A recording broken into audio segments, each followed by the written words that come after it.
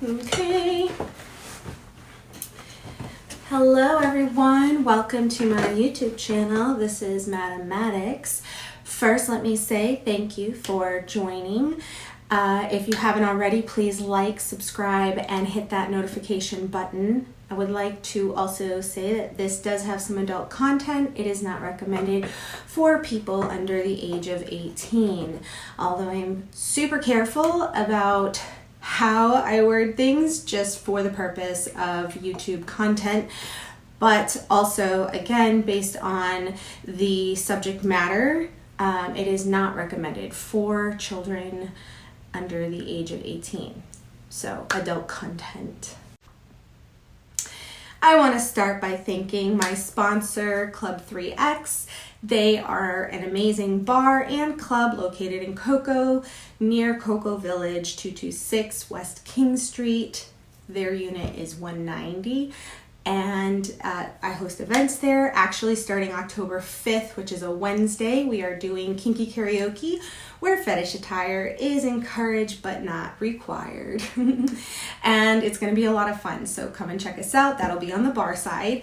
And then also my other sponsor, My Willow Farms. They have been an amazing support. They make handcrafted candles, and you can order online, My Willow Farms. And we are actually collaborating together and creating a candle that can be used on the skin, because obviously you could risk burn using regular candle wax. And that being said, again, thank you to all my sponsors. And if you haven't, again, already, like, subscribe, hit that notification button. All right. So the topic of this evening is BDSM and healing. I already know everybody's got this misconception. I shouldn't say not everybody, but so many people. There's a lot of backlash, and people have this misconception that we have sex with people. I've never had sex with a single client, and I want that to be something. We're going to talk about BDSM. Yes, the taboo subject of BDSM, what everybody thinks they know versus what it really is. Obviously, we have different variations, and you can fall somewhere, you can be kind of vanilla BDSM to really extreme. Like anything, there's extremes to all things, and I like to focus on the light side of BDSM because I use BDSM for healing, for the purpose of healing, and also as a way to encourage couples to reconnect. So everything that I use BDSM for is truly for the benefit of the person receiving BDSM. I'm going to treat this as if it were an online intimacy workshop, and this is so the viewers can get a better understanding of me as Mathematics and have a better understanding of what it is that I actually do. So, to begin, I call what I do intuitive spiritual BDSM.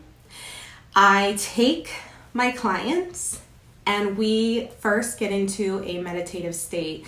The goal is to make sure that they are relaxed, they are mentally in a space where they are open. Call my practice intuitive spiritual BDSM. And from what I understand, anyone who's ever experienced it, witnessed it, has never seen it before and has yet to experience it again.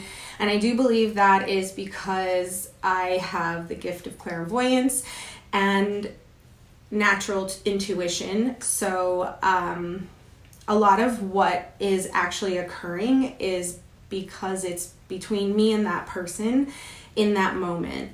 And I take my client, I get them into a meditative state, I'm in a meditative state, and using different tools, I relax them and I allow the energy that they're producing to guide me to their blocks. My clients very rarely tell me anything up front. I don't know anything about why they're joining me. A lot of times in the experience, they have signed up for the workshop, so it's intimacy related.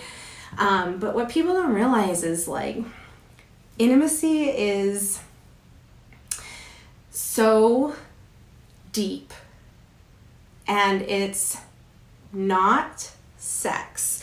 So there's this confusion, and I'm not getting on a tangent. This is all gonna wrap back around, and it's really important that people understand this, because how what I do ties into BDSM. It is the relinquishing of your energy to me in order for me to tap into you. Therefore, I open you up, I find your block, and I release it back to the universe. I repair your hurt, your broken. Because what happens during these sessions is that when you get someone into a meditative state, you're forcing them to be aware. So mind, body, soul, all together. And they're being forced to feel everything you're doing and consciously be aware of those feelings. And their reactions are what brings me to their block. And so I don't know any of this information up front. I don't ask either.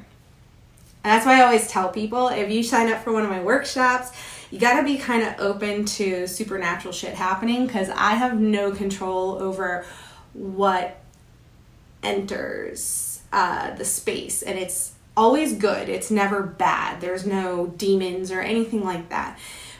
But energy is a very powerful thing. And when it comes to healing, and you're saying, I want to heal, it opens up the doors for a lot to happen.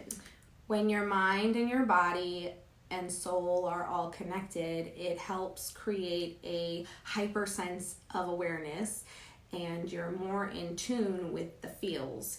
And a lot of times, the people that I encounter are in need of healing in some way. There's been some trauma, and they have reached, if not the bottom, very close, and they're looking for something to relieve that. Maybe they have tried everything out, standard counseling, AA, NA, church, you name it, and they are desperate for the relief. And what I always say is, if you're not expressing something, it's being suppressed. And when we suppress stuff, it manifests in other ways. And whether that is mental, sexual, spiritual, emotional, a block is a block, and it prevents you from reaching your higher purpose.